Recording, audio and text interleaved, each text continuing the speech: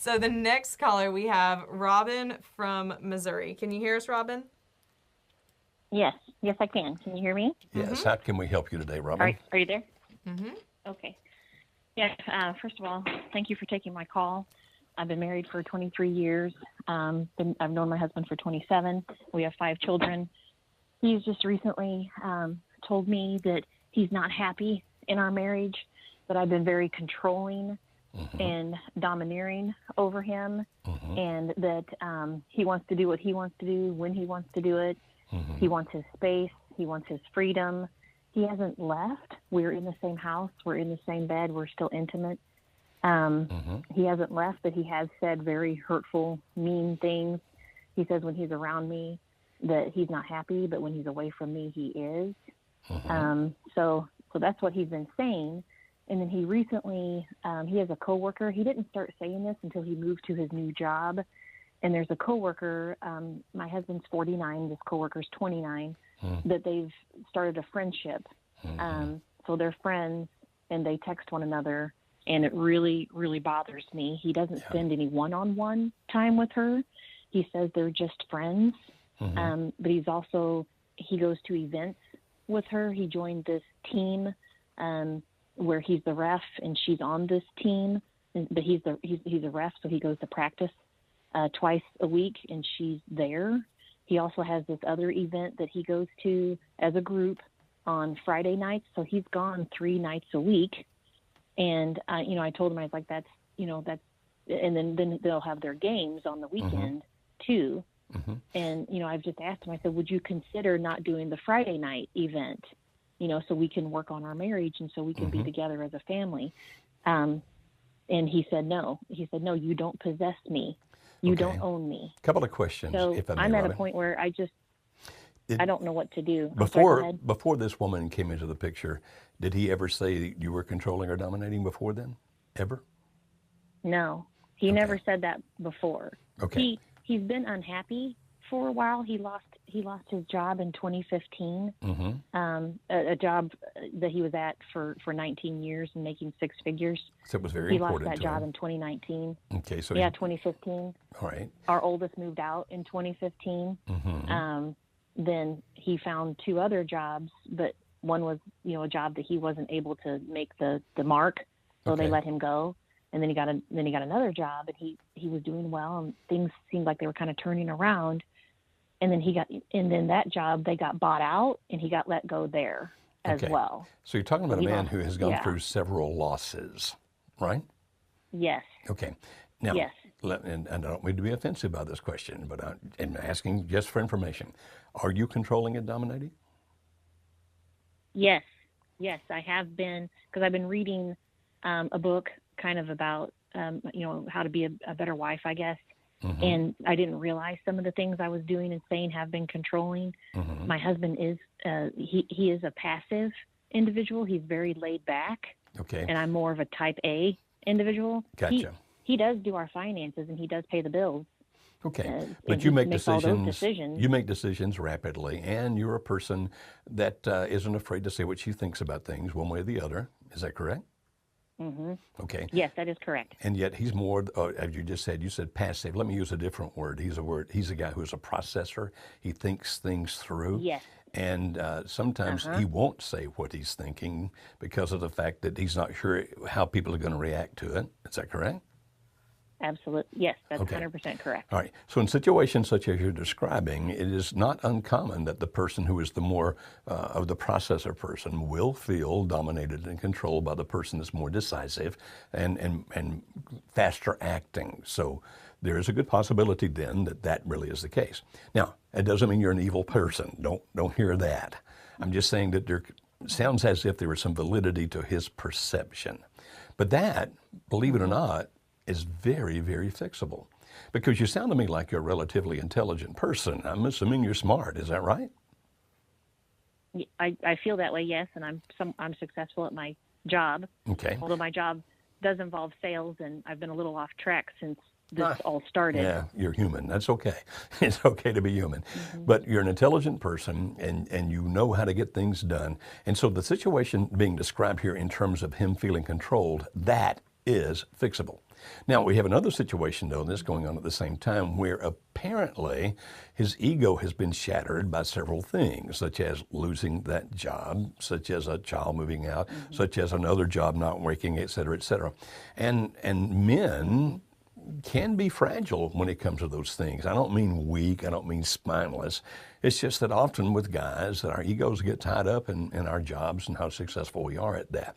And therefore, when persons, or when particularly a guy, but it can be a woman as well, when they begin to have that ego being suppressed, that's not even the right word, bruised is a better word. When that ego starts getting bruised, then anything that comes along that tends to make us feel better about ourselves, we tend to gravitate toward. And what it sounds like, I can't tell you this is true, but what it sounds like is that the attention of a 29-year-old, even if he has no intention of ever letting it get to certain situations, is somewhat stroking that bruised ego. And if that's the case, then like all human beings, we tend to move toward those things that feel good and away from those things that don't feel so good. So the situation you're describing is very understandable. The fact that he's still in the same bed with you, the fact that you're still making love to each other is actually a very good sign. So what is it that you believe he's asking you to do at this point, if anything? Well, that's what I'm trying to figure out, because when we are intimate, I'm the one that initiates it, and then it so he agrees, and then once we're done, he just rolls over. I mean, he feels it feels like he's very detached from me.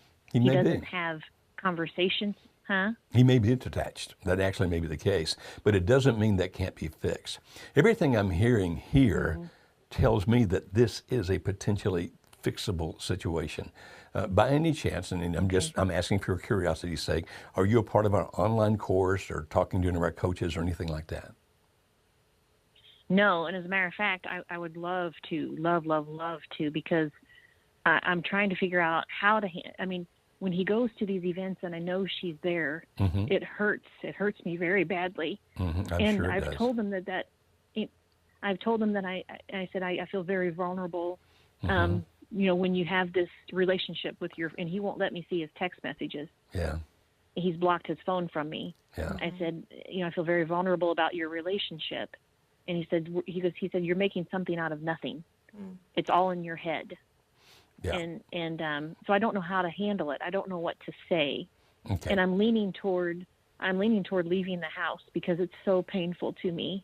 And I don't know what to do. And financially, we're struggling because of his job losses. Yeah. And the current job he is at is still not where he was, and we're still holding on to our house and trying to support 3 kids in college. Right. So that's where I'm struggling too. I understand. May I suggest that you not leave? Now, you can do what you want. It's your life, and I'm certainly not going to tell you what to do. But I suggest that you don't leave for a couple of reasons. One is it's going to be much more difficult to deal with this if you're out of the house. And secondly, there's always some degree of relief for you and him once a separation takes place, because now you're not having to deal with the issues. And actually coming back together to work on that can be sometimes difficult, particularly for the more passive individual, because it's like, well, right now I'm feeling some degree of peace. Why should I need to go back through that difficulty of trying to solve our problems? So I recommend that you do not leave the house. Your choice, but I recommend that you don't. And I tell you what I will do for you. I will give you the online course as my gift, but only if you agree that you'll go through every piece of it. And then I will, because I think this is going to be necessary for you, that if you get into the online course and you see that what we're talking about really is vital to you, then I strongly urge you to consider coaching with one of our coaches, because that's when a person can actually guide you into thinking things through, understanding how to interact with your husband, those kinds of things. We have male coaches, we have female coaches, and part of their training is understanding the dynamics that go on between a person who is more passive, to use your word, and a person who's more aggressive, and they can help you think that through. Now, if you do that, of course, it will cost you some money, but I'll give you the first part of it free if you'll, as you go through it, seriously consider using one of our coaches to help you figure out how to make this work. Would you be willing to do that?